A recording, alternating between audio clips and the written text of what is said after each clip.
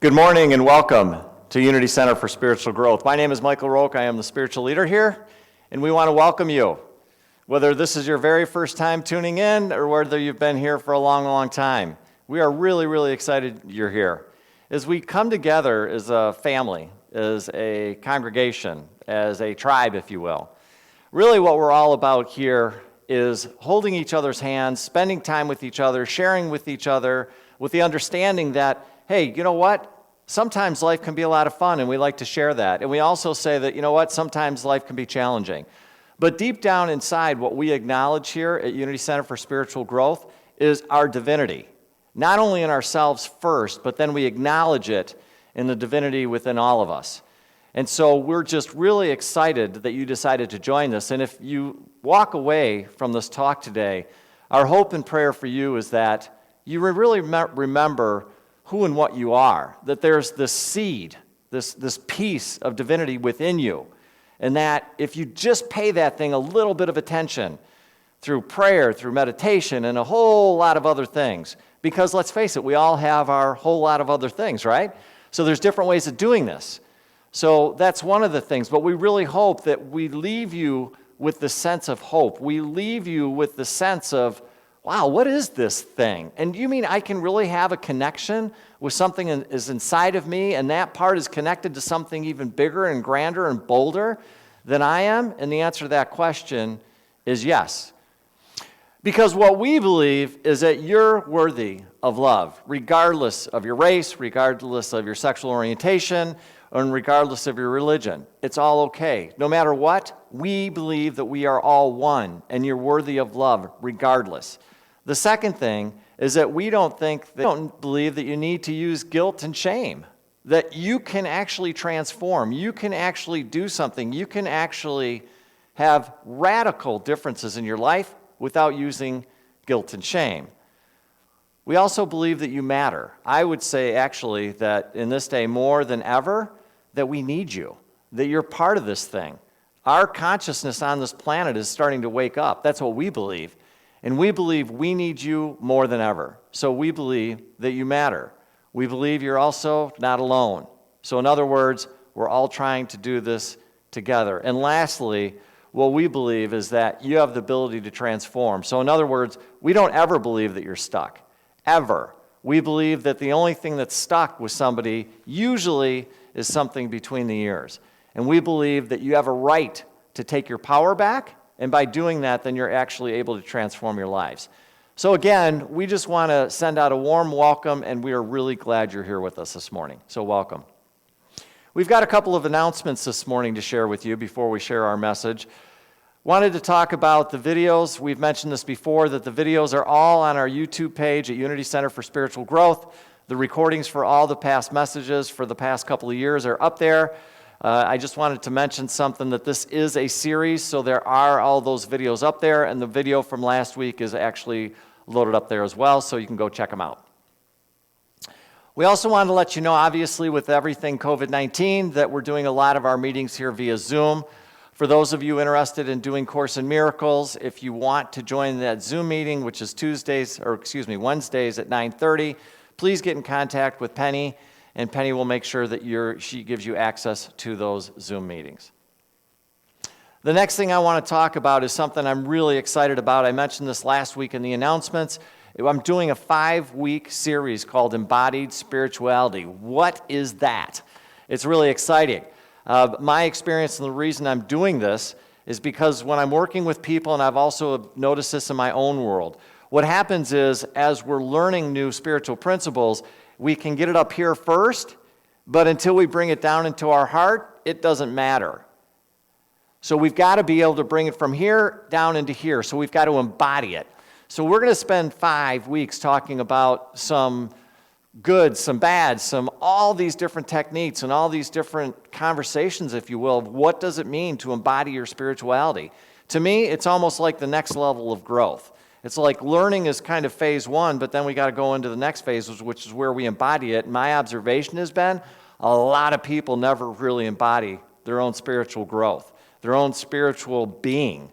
They got it up in their head, but the head's not how you embody it. So we're going to be doing that starting next Wednesday at 6 o'clock via Zoom. There is an event on Facebook with a registration page as well. All you got to do is register for it, so I know roughly how many people are going to be there. It seems like there's a lot of interest in it. I'm really excited about it. My amazing wife is going to be joining us occasionally for a couple of the episodes, so we're really excited and would love to see you there. So again, Wednesdays, 6 o'clock on Zoom, 5 weeks in a row, and I'm going to be sending out that Zoom link to everybody, so stay tuned for that as well. Want to just again mention the kids' food basket. We're doing a fundraiser. We're looking to raise $2,000. At this point in time, we've raised $665. The Kids Food Basket is an amazing organization. They do amazing things with the kids, and they serve up to 8,000 lunches every single day. And now because of COVID-19, their volunteers are down to a fraction of what they normally have. And the only thing that we could think to do is to help support them financially. So that's what we're looking to do. And so you can do that. We have a GoFundMe page supporting the Kids Food Basket, and you can check that out on our webpage or in our e-news as well. In case you haven't noticed, our e-news has been becoming a little bit more beefed up, and I just want to acknowledge our administrator, AJ, for doing that for us. And one of the things we're doing is we're popping in the articles from Unity, the motherland, if you will. And this week's talk is incredible. It's about doing mindful meditations. It's really, really powerful, and we just encourage you to check out our newsletter. If you aren't, you can sign up for our new newsletter at our website. So go check out our website at any time to be able to sign up for that. We also want to just take a minute on Memorial Day. Memorial Day for me is near and dear to my heart. My father served in World War II. My brother served in the Iraq wars. So to all the veterans out there, we just want to say a big heartfelt thank you. Thank you, thank you, thank you for what you've done, for the sacrifices you've made, for what you've given to this country, because if it's not for you, we're not here. And so we just are incredibly grateful for this weekend. We are incredibly grateful for you. From the bottom of our hearts, we really just want to say thank you. We also just want to keep everybody in mind right now, especially the first responders when it comes to the COVID-19 epidemic, and just keep them in our thoughts and prayers. We also want to take a minute to acknowledge what's going on up in Midland with the dams. I can't imagine. I've seen some videos of the stuff that's going on up there, and quite frankly, it's shocking to me. I can't imagine living up there and what they're going through to try to get their families back together, trying to get their lives back together, having to be uprooted in a flash of an eye.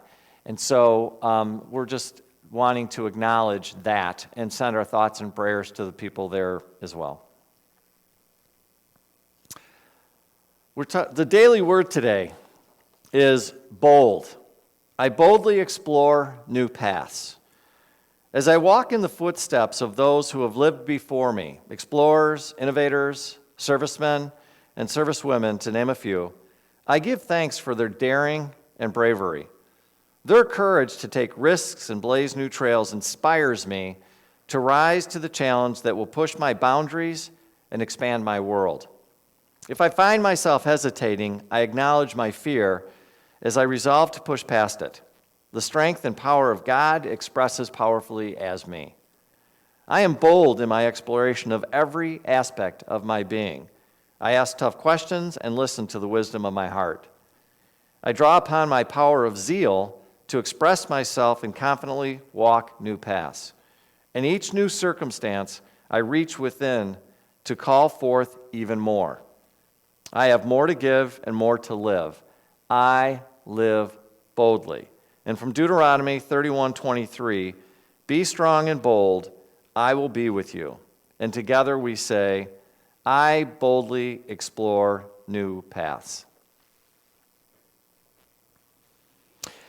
So today's talk is going to be on the series that we're doing, which is Why Unity, Why Now? I'm really super excited about it. I think I've shared this in the past couple of weeks with you, but I'm in the process of going through the ministerial program now, and some of that is involved a deep dive into the roots and the history of Unity, and it's, quite frankly, it's fascinating to me. There's things that I've known and I thought I knew a lot, but there's a ton of stuff that I'm learning. And I decided to put together this series with the idea of really going back into the basics, especially with everything that's going on in COVID-19. So We're doing Why Unity, Why Now, and this piece of the puzzle is really called the empowered you. Because what we've been talking about is we've been talking about this idea that each and every one of us has this piece of this divine seed inside of us. And when we take a look at that and we understand that, and then when we take a look at what God is and what that means, which is what we did last week, now we're coming down to this thing of, well, wait a minute, how do we put all this stuff together? So that's what today's talk is going to be on. So the series itself is, if you look at it again, just going back through the weeks real quickly, is we went through the basics, just understanding the metaphysics. We talked about who and what you are, then we talked about what God is, and then this week we're going to be talking about the empowered you, right?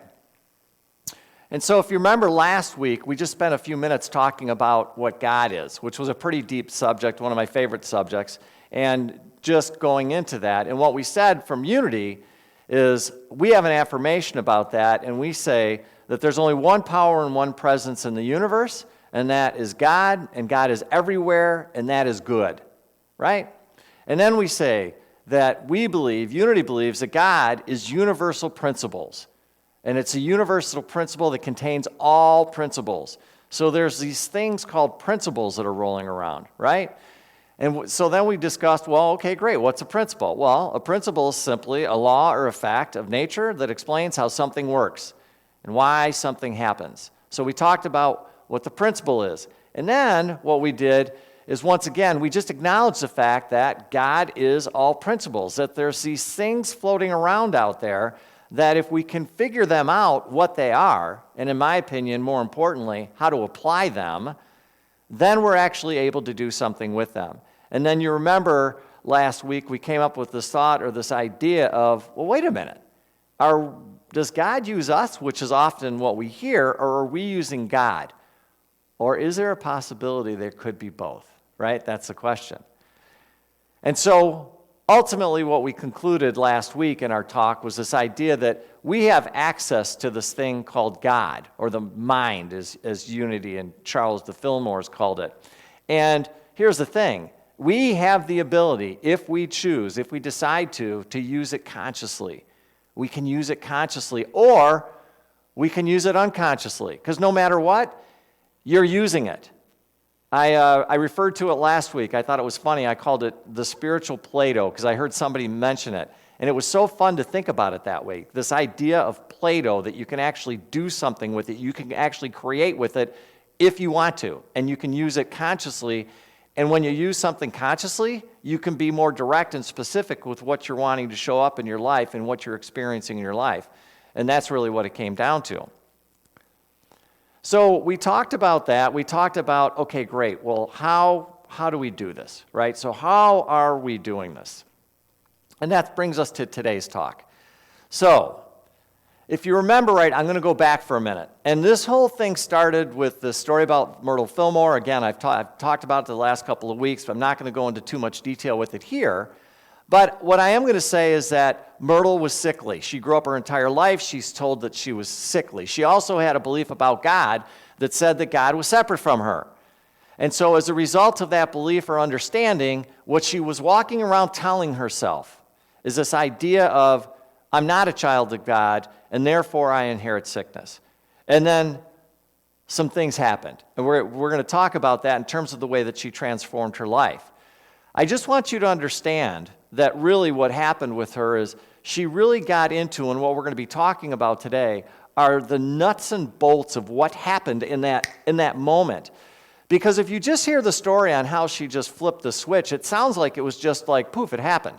And I'm not saying at times in our lives that this kind of can't happen quickly, but I just want to share with you today some of the mechanics of it, because there was a lot going on in that moment, a lot. And she did some things on a very deep level that just happened quickly. And it doesn't always happen that quickly, number one. Number two, what I do is I want to spend some time diving into the mechanics of it. So this is going to be a little bit technical, so bear with me, because I promise at the end I'm going to bring it all back together, and then hopefully we have a good solid understanding of what happened. So let's talk about what happened. Ultimately what happened, what it boiled down to is this. Myrtle realized that in order for anything to change, she needed to change her inner world first before anything would change in her outer world. So Myrtle, when she had this realization, her aha moment, she had an understanding or a realization of, you know what? I got some pretty stinking thinking. That's what we call it here at Unity. Stinking thinking in our consciousness. And as a result of that stinking thinking, what's happening is things are showing up in my life that I don't necessarily like. She also then realized that, wait a minute, I'm connected to this thing called Source or God or all there, whatever. I'm connected to God. And because of that, I have access to certain things. And as a result of it, I can do something and change my life. And that's what I'm going to decide to do. That it's her responsibility. What Myrtle realized, it was her responsibility to go forward and make the changes in her life. It was up to her to clean up her stinking thinking. And that's what she set off to do, right? So really what we do here at Unity, really what we're doing is we're raising our spiritual consciousness. That's what we do here. We talk about consciousness, our spiritual consciousness, all the time. Why? Because the more we can come into alignment with our spiritual consciousness, the more we can align our thoughts and our beliefs with who we truly are, with who God truly is, with what that relationship means, we can change our lives and we can do great things. That's what we do here. We are raising our consciousness. And in order to raise our spiritual consciousness, we must raise our overall quality of, drum roll please,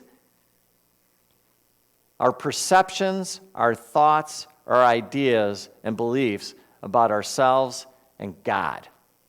That's what we're doing here. I talked earlier about, we spent some time talking about this idea of perceptions on the second day, the second lesson in the series. We've got to be able to understand truly what our true identity is, how that relates to this thing called God, and what we're able to do. So we work on those things to remove the old, worn-out, limited perceptions, beliefs, ideas, and thoughts about who and what we are. The same with God. We all have different understandings of what that means. And I would say some aren't serving us at all. In fact, if anything, what they're doing is they're holding us back from this expression. Because in my opinion, in Unity's opinion, and Charles and Myrtle Fillmore's opinions, and others, by the way, we were meant to be doing far greater things. But for whatever reason, right, wrong, or indifferent, we're held back.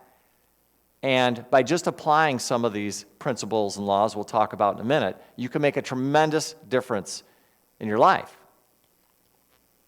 Now, here's the question. Okay, great. Well, how do I do that, right? Isn't that, I mean, seriously. It sounds great, Mike. Sounds impressive, but how do you do it? Here's the thing. There is a way to do it. There is a way to do it. And Unity has its own unique way of doing it that's a little bit different than, I would say, most. Not all, but most. So how do we do it? By using truth. Okay, well, what's truth? Well, last week we spent a little bit of time talking about this. Truth comes down to using spiritual laws and principles. So there are spiritual laws and there are spiritual principles. And if you know what those spiritual laws are, and you know what those spiritual principles are, then you can take advantage of them. I used last week, I compared a principle to something like electricity or gravity. And if we understand that those things exist and we can do something with them, there's power behind them, but we are the ones that actually have to direct them. We have to do something with them. And when we understand that and we start applying them, very specifically, we can do things and change things. And that's what we're really talking about. So in Unity, we have this thing. We have some of those principles are called powers. So we call them the 12 powers. What are the 12 powers? Or what are those 12 principles? And by the way, this isn't a complete list of all the principles, but in Unity, we focus on these 12 principles. And so we start off, we've got faith, we've got elimination, understanding, zeal, love, order, imagination, life, wisdom, dominion, will, strength. Those are the 12 powers, the 12 principles that we believe we have access to. And we can specifically use them to make tremendous differences in our life, but we can do it consciously. And that's exactly what Myrtle did. She used them consciously. She used these powers. Now, the truth is, just so the history people understand, the 12 powers really didn't show up in unity until later on after Myrtle had her original realization. But the truth is, she used all of them. She just didn't realize she was doing it specifically the way we're going to line them out here. And I just wanted to make you aware of it because it was fascinating to me as I studied the history of unity. What I realized is Myrtle had her aha moment. She woke up, and then all of a sudden the 12 powers showed up. But what you can see as we go through this is you'll see how she was able to do it, and she did it beautifully. We also use laws. So these other laws are the laws of cause and effect, the laws of mind action, and the laws of divine order. So we're using these two things. We're using principles and we're using laws, and we're combining them together to make a difference or create a different reality than we currently have in our lives. And that's how we actually do it. All right, well, how does this work? All right, so I'm going to take you back to the moment. Again, remember, Myrtle's sickly, she's got tuberculosis, she's going to die, they're freaking out, they're trying to figure out, okay, what's happening? She sees E.B. Weeks. E.B. Weeks tells her, hey, you're a child of God, and therefore you don't inherit sickness. Okay, but the whole thing started off with awareness. Myrtle all of a sudden became aware of what was going on and what she could do. So she used some of the principles, the 12 powers, and I want to go through those one at a time. First of all, love. How did she use love? The love was a desire. She had a desire to make a difference or a change in her life. So the first thing was she had a desire that was calling her forth that she could do something about this sentence, if you will, where she was going to be sickly her entire life, and she changed it. The second thing, wisdom. What does wisdom allow you to do? In this case, it allowed her to evaluate what was going on. Well, I've got this going on in my life, and are there other options? And if there are other options, what is it? How can I use this thing? So she started using wisdom to look at everything and evaluate what her current situation is. And then what happened? Understanding. Once she had the realization, once she started looking at this whole thing, she all of a sudden had an understanding like, I know how to do this thing. I know how to make a difference. I know how to make the change. And then all of a sudden she used understanding to know how she could make the shift and how she could make the change. And then what did she do? She used her will. And her will just gave her the ability to choose. Here's my old reality back here. I don't want that old reality right now. I want to transform it. I'm going to change it into a new reality. So she had the ability to choose, and that's what she used the power of will for. Dominion. This is pretty cool, and I think to me it's where a lot of the power and strength, I know for me personally when I think of dominion, it's like, I think of it on the slide, it says to declare with authority. So what are you doing? You're declaring with authority. So in other words, you're saying, this is what I'm doing. This is what we're doing. We stand boldly into the moment and say, this is what I'm going to go create. This is how I'm going to do it. So the first start of this entire process, just so you know, is this is what happened with Myrtle. She became aware of what's going on in her life, and she decided she wanted to make some differences. She applied some of the universal principles that we're talking about here, and now she's ready to do something about it. So what does that now look like? Step 2. She had some thinking, specifically some stinking thinking, that she needed to get rid of. So the second step is she had to get rid of the garbage. So how does she apply the principles, the 12 principles, the 12 powers to do this? Well, again, we start off with love. She had the desire that she wanted to make this change in her life. She really wanted to make this a difference, so kind of the same. Here's the different one, though, that we're adding. We're using elimination, the ability to remove. She knew she needed to remove this old thinking, get rid of it, and replace it. So we used elimination to remove it. Then what did she use? She used faith. She had to believe that she could do this. Then what did she do? She had to energize it. She had to put some power into it. She couldn't walk up to this thing and just go, well, maybe I can do this. No.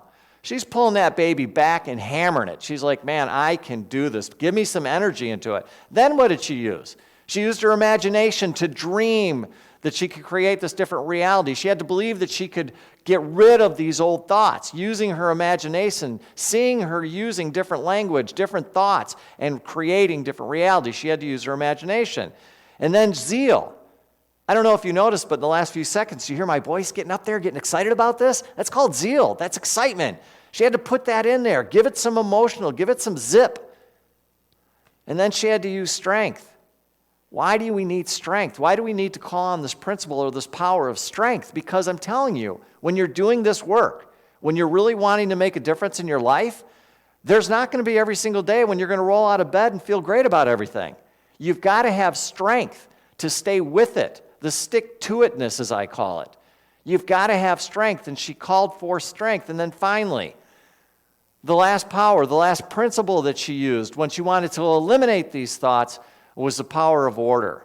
What does order do? Order allows you to be in the moment to make adjustments. Because we think that we come up with these plans, these ideas on how to do things, and I always say it's a good place to start, right? You want to start there, but sometimes, tell me, doesn't some other stuff show up occasionally, more than once? I would say probably often.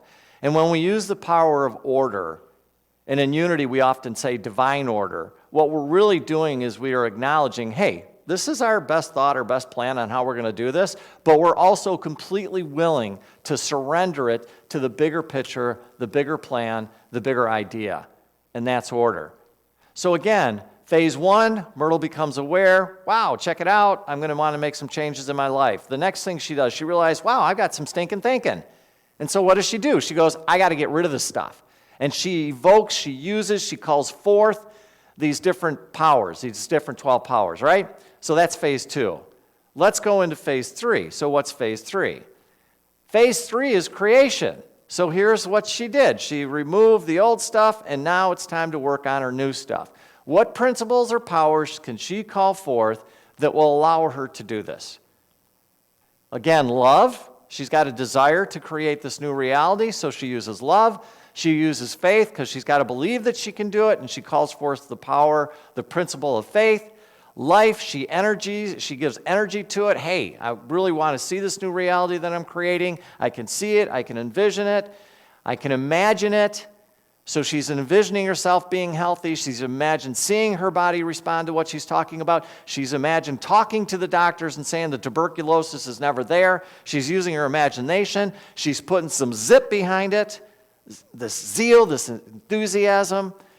She's going to use strength again because, again, you have to understand the story of Myrtle is a beautiful story. But one of the things I learned, most of the things that people don't realize, she had tuberculosis. When she had this awareness, it did not go away right away.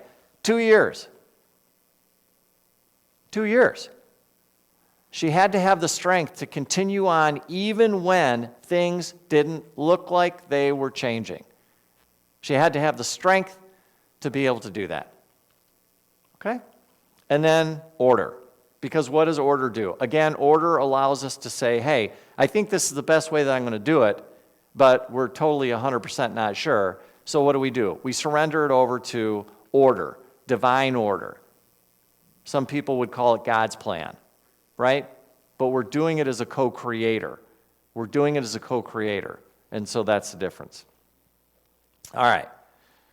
So we just went through this great big explanation. How do we do this? So we showed you how you're pulling in all these powers.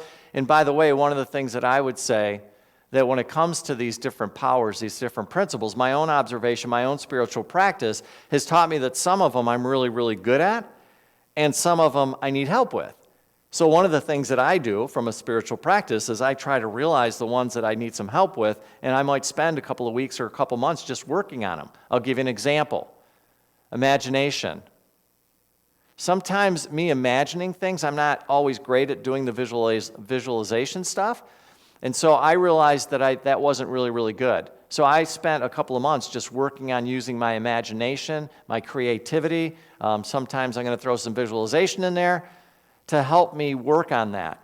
Each one of these principles and each one of these powers, you're going to realize, at least my observation was, is that some of them I did really good. In case you don't notice, I get pretty excited about things, just a little bit. And so that one comes kind of easy to me. But there are other ones where I find that I need some help, right? And so what I do is actually that I'm going to go into quiet meditation and prayer, and I'm going to connect with the divine, and I'm going to work with that in terms of sharpening my own tools so I have a better understanding. You see, these principles are already perfect. They're already there. They don't need to be dusted off and cleaned up and sharpened up. They're sharp, razor sharp all the time. But the way that we use them, the way that we utilize them, may not be. And that's what it comes down to. So how do we activate these things, right? We've got all these things floating around. We know what all the principles are, but how do we actually activate them? In Unity, we have affirmative prayer and denials. So let's spend a few minutes talking about affirmative prayer and denials. So what is affirmative prayer? I'm just going to read this. This is right off the Unity website, by the way. It's rather than begging or beseeching God, this method involves connecting with the Spirit of God within and asserting positive beliefs about a desired outcome. So Unity doesn't necessarily follow more traditional ways of prayer, which is begging, please God this, please God give me this, give me that. There's no judgment, there's no right or wrong here. It's just we believe there's a more effective way to do it. So that involves connecting with and then asserting positive beliefs. So that's what affirmative prayer is. And then what we also use are what are called affirmations. What are affirmations? To affirm anything is to assert positively that it is so, even in the face of all contrary evidence. Again, I'm going to go back to Myrtle Fillmore. When she first started this process, she still had tuberculosis. It didn't matter. She took her mind off of that and she started focusing on being healthy instead. So it takes some time. In fact, metaphysicians will actually say that from an energetic level, and I want you to think about that because sometimes we talk about energy, right? I want you to imagine, one of the analogies I used often is this idea like we're a great big magnet. And I just want you to understand that we are sending out energy and we're getting back energy based on that vibration. So here's Myrtle hanging out, and all she's thinking about is I'm sickly, I'm not a child of God, I'm not very healthy, I've got tuberculosis. That's the energy she's giving out, and that's coming back to her. And now all of a sudden she decides to shift and change things. And she starts instead to focus on, I'm going to focus on this instead, and I'm going to keep 100% of my focus most of the time. I don't have to do this perfectly, by the way. But I'm going to start concentrating, I'm going to start focusing on this other thing called health, vibrancy, life. And that's how she did it. So that's what we use in Unity, is we use affirmations. And in Lessons in Truth, Emily Cady actually writes how to do it. And I just think this is so beautiful. We simply get still and know that all things, whatever we desire, is ours already. It already is because of who and what we are. But you've got to believe that. Otherwise, it's not going to be able to settle in for you. And there's a whole worthiness issue and everything else like that. Not going to get into that right now. But we focus and know that whatever we're desiring is already ours. And this knowing it or recognizing it has a power to bring the invisible God or good, the innermost substance of all things, forth into the visible form of the good that we want. So that's one of the ways that you do it. Is you sit down, you get quiet, you imagine yourself having whatever it is that you're desiring, and you're able to do it at that time and use affirmative prayer, affirmations. That's how we use affirmations. So that's part of the equation. We use affirmations, affirming what we want to have, what we desire to have. And then the other thing we have are denials. What are denials? It's simple. We declare something is not true, to repudiate as utterly false. It is to deny the claims of error consciousness. So, again, we're using affirmations, we're using denials to make these differences, to activate, if you will, the principles of God, of Source, right? So I want to go back again and just talk about, okay, well, great, how does this work? So we're sitting back. Myrtle all of a sudden realizes that she's got stinking thinking. What is Myrtle's stinking thinking? Well, the stinking thinking is, I'm not a child of God, number one. Number two, I inherit sickness. So then what did she do? Well, just go back to the denials. She simply used the principles that we talked about earlier. She used those principles, and let me just go back just to, so you guys can see them. She used those principles, elimination, and then, sorry to bounce around a little bit, but I think it's important to see it. She just declared it wasn't true. What wasn't true? I'm not a child of God, and I don't inherit sickness. So she removed him first. She eliminated him first. And then what did she do? She put in the new consciousness. She started working on the new consciousness. How did she do that? She used denials, and she used affirmations. That's how she did it. So that's a lot. And I know it's kind of a technical thing, and I know that it happened, her original realization happened instantly. But then again, remember, 2 years. It took her 2 years to work on this stuff, to make it show up. Why did it take 2 years? Again, because she realized she needed to change her inside. She needed, in my experience, in Mike's words, she needed to come into alignment with who and what she has. She had to change her perception, her thoughts, her ideas on who and what she was. And she also had to do the same thing with God. Remember, she used to think God was out there, and she was completely separate for it. She believed in separation. She had to change that idea, that concept. That's not who and what she was. She was part of this thing. Not only was she part of it, she also had a little piece of it in her. Wow, huge perception change. So she worked on this stuff. She worked on it. Over time, she changed her inner thoughts, ideas, perceptions, beliefs. And as a result of her changing, and I want you to understand when she's doing that, what is she doing? I mentioned this idea of a magnet earlier, right? So take this magnet, and now all of a sudden she's changing the energy this magnet is giving off, and she starts attracting other things into her life. That's how she changed her life. This little tiny example, I think, is so powerful. And listen, there's other little bits and pieces here. We've only got a short time this morning, but I'm really trying to show you the basics. Number one, can you do something to really change your reality? Yes. Does it matter what you've done or what you haven't done? No. Is there some works to do? Yeah, you got to do some work. You can't, again, this is where I talk about embodied spirituality. You can't just learn this stuff and then not apply it, because it's not going to work. It just isn't going to work. You can't access these principles that you have access to as a divine being. You can't do that by just reading and learning about them. You've got to apply them. You've got to use affirmations. You've got to use denials. How many times? I don't know.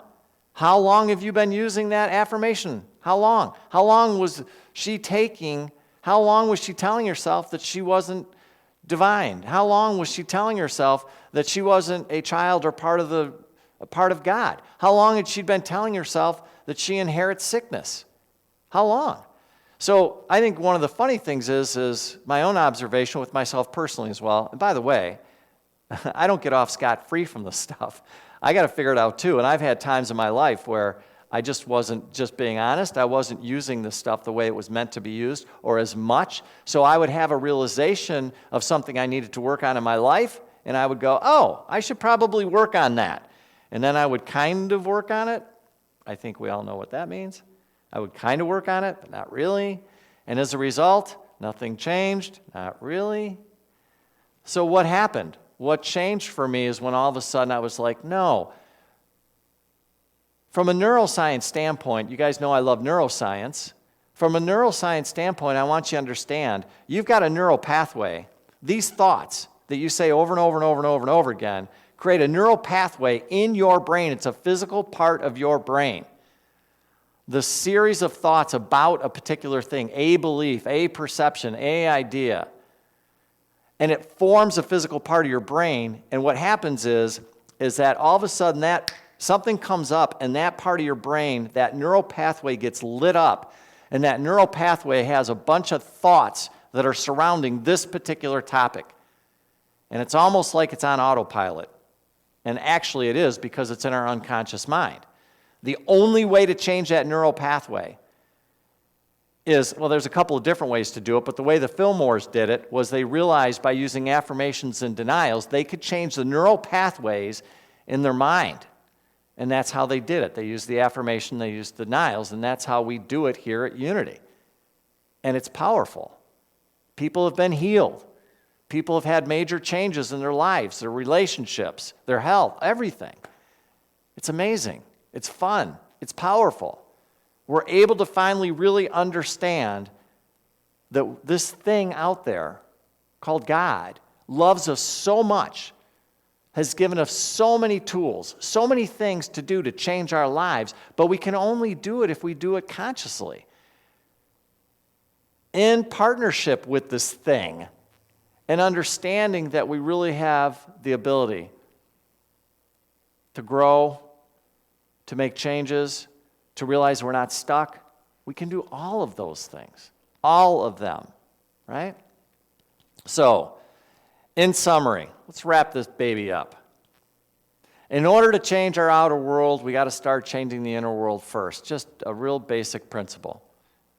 Just basic. You got to start inside before you change the outside. If you don't change the inside first, what's going to happen is, even if you see changes in your life, you'll see that things don't last very long. The change doesn't last very long. One of the best examples that we can see of that is how many times have you heard people that have won the lottery, who you would think they would be all set for the rest of their lives, and within a year or 2 years, they're done.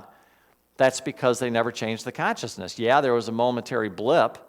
They got the money, but their consciousness around money didn't change, and therefore it goes away. So we got to do the inner work first, and then the outer world will follow. The second thing, we do that by activating universal laws and universal principles. That's how we do it. How do we activate those? Through affirmations and denials.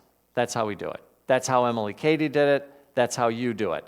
And again, I'm just going to go back to this, that we can do this consciously or unconsciously. You're doing it right now, but you're not, for most people, they don't do it consciously. And I'm going to bring something else up too, because I think it's important to realize this. I don't care where you're at in terms of your own spiritual growth and development. I don't care if you're hearing this stuff for the first time. Guess what? You can do this. I don't care if you're 15 years old or you're 150 years old. It doesn't matter. The creation process itself is the same for everybody. It's the same for everybody. And when all of a sudden you realize that, and you realize that you can make a difference, then all of a sudden it's like, wow, and that's where the power is. That's what Myrtle Fillmore did. She stepped back, she realized she'd make a difference, she made the difference, and then she went on to do what her and Charles did. It's an amazing story, but you know what my belief is? I think you're an amazing story. I think you are. My hope and prayer is that, if anything, we can inspire you here to realize you are an amazing story waiting to be born. You are. You have all the stuff inside of you. It's okay if you didn't see it until now. It's okay what happened in the past. It doesn't matter. The only thing that's not letting you move forward is what's going on inside of you, and what I'm saying is you can change that. Now, you might need some help to pull that off. We might need to support each other in doing that, but you can make a difference. I've done it in my life. Thousands and thousands and thousands of other people have done it in their lives. And we've seen it happen over and over and over and over again. You are amazing. You are beautiful. You can live the life that you want to live, really. We just got to clean up some of the stinking thinking, right? And then go from there, and then the sky's the limit. It's whatever you want to do. It's whatever you want to create.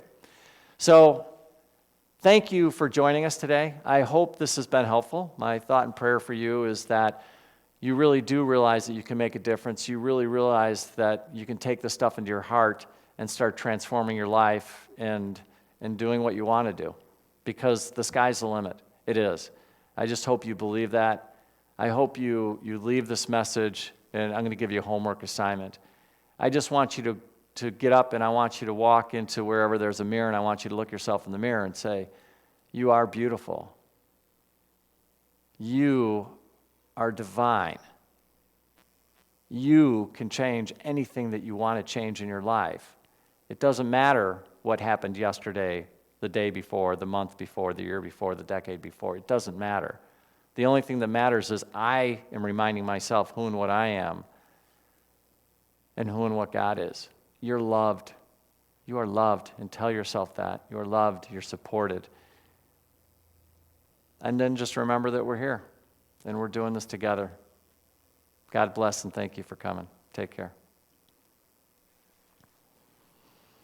So, we want to just talk a minute about supporting the church, and our hope is that you are excited to support us from the standpoint of what we're doing here and our goal and our mission, and we just want to share that with you. So our vision is to create an impact that's felt around the world by creating one of the most transformative and vibrant communities for spiritual and personal growth. That's our vision.